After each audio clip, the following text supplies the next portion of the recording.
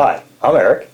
I'm Dick. We are the Annuity guys. Dick, we're looking at rates and ratings today. Which is better, high rates or maybe high ratings, or Well, is there a difference? Folks regularly call in and they want to know, first of all, what's the best rate I can get on an annuity? Yeah, I want the highest rate. Give me the highest interest rate, the best performance. Exactly. And then they come right back with, I only want the highest rated Only A++, companies. Just the AAA rated highest rating. And what we run into is we have to start explaining, and is that the two don't usually go together, at least not It's completely. not a perfect match. No. Yeah. So a lot of times there's a balancing between the very highest rated companies and the very highest rates.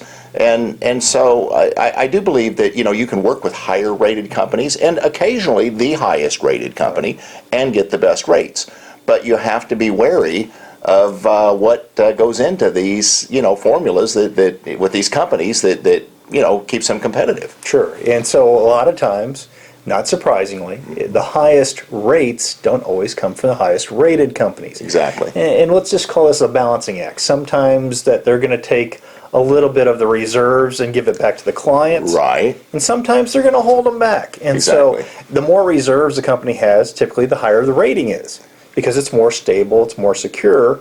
Mm-hmm. Well, and if they're holding more back to make sure they're holding the reserves back, then a lot of times they're not necessarily giving out the highest rate. Well, and they're just not being as generous. And like you say, sometimes it's fair, it's for good reason. Yeah. But sometimes they have those great ratings because they do hold it back a little bit more. Right. And that doesn't mean that a company that's more generous and is very highly rated is necessarily a risky company. Right. It can be a very, very safe company. Right. And I guess we should probably talk a little bit about how these ratings are established. Correct. It's not like there's just one ratings agency out there to start with. There's multiple rating agencies. Right.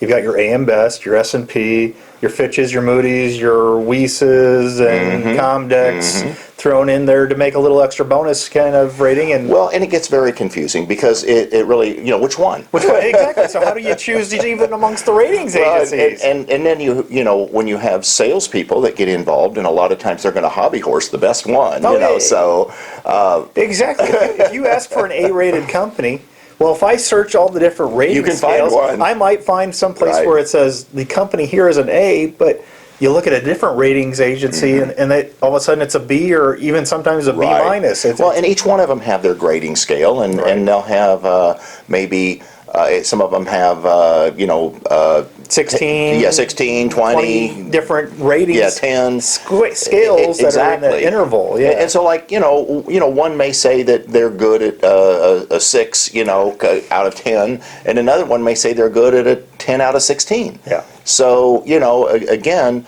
I think it's good to use all of the rating agencies in terms of just kind of generally looking at them, seeing if there's maybe one of them that's found something out that the other ones don't know, especially in a negative sense. Right. But we tend to use AM Best. Use AM Best, exactly, yes. And it's for one simple reason. AM Best specializes in evaluating financial strength of insurance companies. And they've done it for over 100 years. So it's going to the ratings agency that specializes in this type of company. Right. And we've watched them, Eric, through the financial crisis.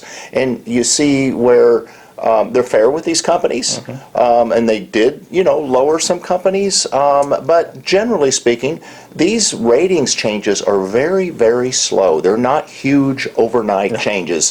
You don't go from an A to a D and then back to a C. Exactly. It's not like waking up and seeing that the market dropped, 10% or 20%. Right.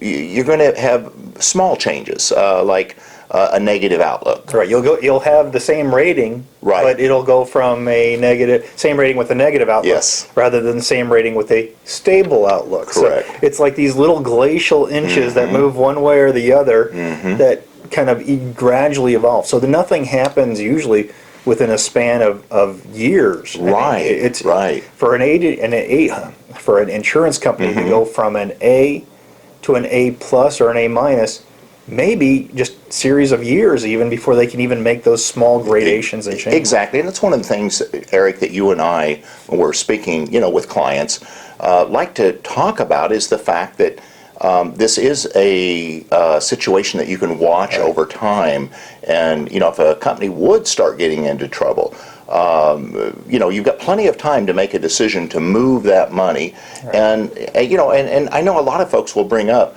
well, hey, isn't there a guarantee association?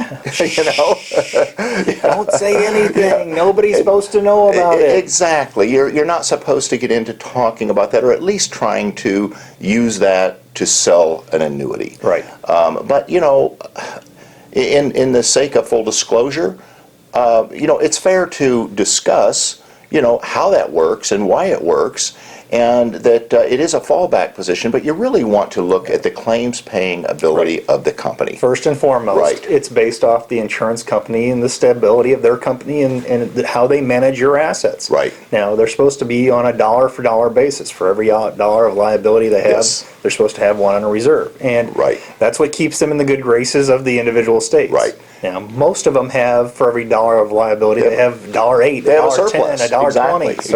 Exactly. And I think one thing that folks need to realize, and why it is so important to look at the claims paying ability of the companies and not just at a guarantee association, is that a lot of times those guarantee associations assure you that you're going to get your money back. Right. They Your don't. cash. Right. They're not going to necessarily assure you that all of the claims, the benefits, and the guarantees for your retirement are going to be in place on income So let's be guarantees and that type specific. of thing. So if you had some sort of income rider benefit Yes. that was guaranteeing you a roll-up percentage towards future income, Right.